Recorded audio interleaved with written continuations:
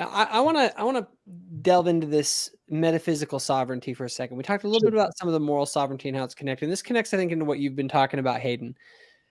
I actually have here a little slide I want to show that I think might help us a little bit here, or at least just to illustrate a point I want to drive at. So we have a nature, okay? Human beings do, right? Yeah. And based on that nature, if God reaches into our nature and changes it and changes our heart, that will change what we want to do. It will change our will. And then because of that change that is within us, because we have been regenerated, good works will then proceed from us. Is that, that's, I believe, kind of the way that it goes. Yeah, that's good. That's good. Now, that nature, though, that's there, it's God that changed that nature. Now, I want to go to another slide that just changes the equation a little bit. You have a nature that's a depraved nature, and from that nature proceeds what you want to do, which is not God. Your will is not aligned with his. And then from that follow your sinful actions. Yeah. This is where I get a little bit where we want to say God is not the originator or source of those sinful actions, but isn't our fallen nature, if everything is determined ultimately by God, our fallen natures are determined by God.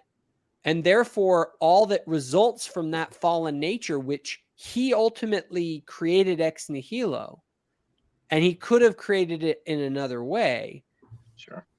If I create, if you could say, if I made the what is that? The COVID-19 virus, right, and I released that into the world, I would be responsible for all of that followed from that.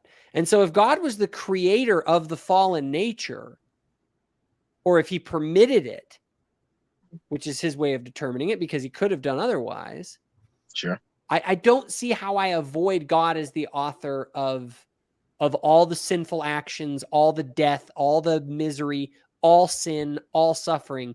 It seems that God, if you're going to say God ultimately determined everything, then that would imply everything, including good and evil. What do you say to that?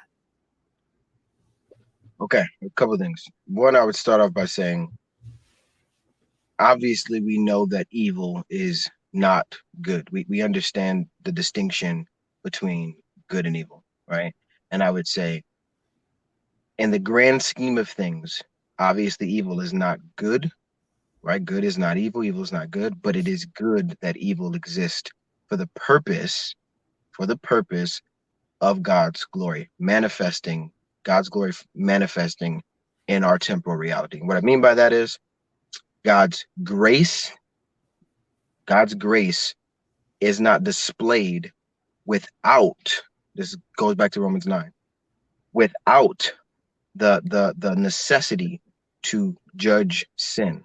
So whatever's transpiring here, and I'm going to go backwards, whatever's transpiring here is making it possible for God to show himself as he is in a gracious sense. Wrath and grace being two different products of the judgment that is necessary to fall upon sin. So you would say these things are in some sense necessary, because the idea here is if it wasn't necessary, then if God could achieve the same purpose that he has, but do it with a lot less suffering, like let's say maybe instead of 1 billion people dying of smallpox, which is what they estimate died of smallpox, could he have made his point with 900 million? Would that have been sufficient to make the point? So, right. but what you're saying is essentially no. That if God decreed it, it was necessary to his glory. I'm saying that's what he determined, not that it couldn't have been less, because that's getting back into the why. Like, why did it have to be this many people? I can't answer the why outside of that's what God determined. What I'm stating is that the ultimate the ultimate meaning of temporal reality, of all of existence, not just temporal reality, is God's glory. The ultimate purpose is God's glory, is God showing himself as he is. So real quick, if God is showing himself as he is, and he is showing himself as he is, as the sort of being that allows for, you know, 1 billion people to die of smallpox instead of 900 million, I'm supposed to look at that being and not ask why he chose to kill that extra 100 million people and all the suffering that went with it, because ultimately he's God, he's sovereign, and, you know, you can't ask that question. I mean, that's where I get with this, and I'm kind of Yeah, like, right. You can ask whatever you want. I'm saying, I'm saying, because there. if that's the way, if he's revealing the way he is, Yeah. I'm looking at what he is and I'm going, I am having a hard time calling this person good Well, that's if he could because have made things better and he didn't. that's because we're not looking at the 1 billion that died as sinners worthy of death. That's the only way. That's the only reason it would be a moral indictment against the judge, is if we looked at those being judged as unworthy of their judgment. But I would look at that and I would, again, I'd go back to that slide and I would say, Yeah, I want to deal with that. but he was the one who gave them their nature that caused them to sin. It's like, if God gives me the nature to sin, how can he judge me based on the nature that he gave me?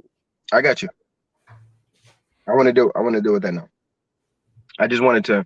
I wanted to touch on that, and I'll talk about this now. So what we're ultimately talking about now is moral accountability and the sovereignty of God, and there seems to be some conflict. There seems to be some conflict there. Now the the issue that I have here is that if I'm going to be true to the scriptures, this is inevitable. We see all throughout scriptures man's moral accountability, and we see the sovereignty of God. So I would say if I'm and obviously that's reading the scriptures from my perspective, I see both of those realities and I don't deny either of them because they're so plain to me. Man is accountable to God for his sin, but God ultimately determines what transpires in temporal reality. So again, and I'm trust me, I'm going to get back to that. I'm going to get back to the original nature part.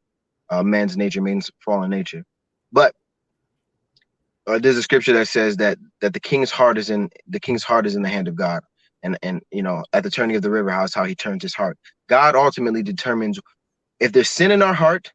God determines what or how much or in what way that sin actually manifests. So I myself have had a great deal of sinful thoughts that I thought that I wanted to act out, that for whatever reason I wasn't able to.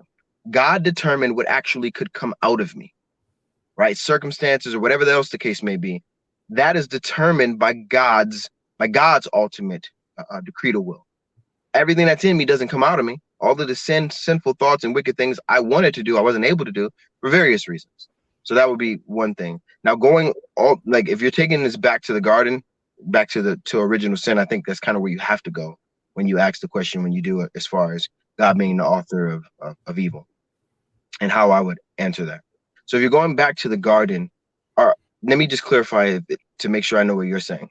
Are you saying that because God could stop Adam, from my perspective, that because God could stop Adam and Eve from partaking in the fruit and therefore having a sinful nature, he could stop them from doing that, but he permitted them to do it, then therefore he becomes the author of evil. Is that correct?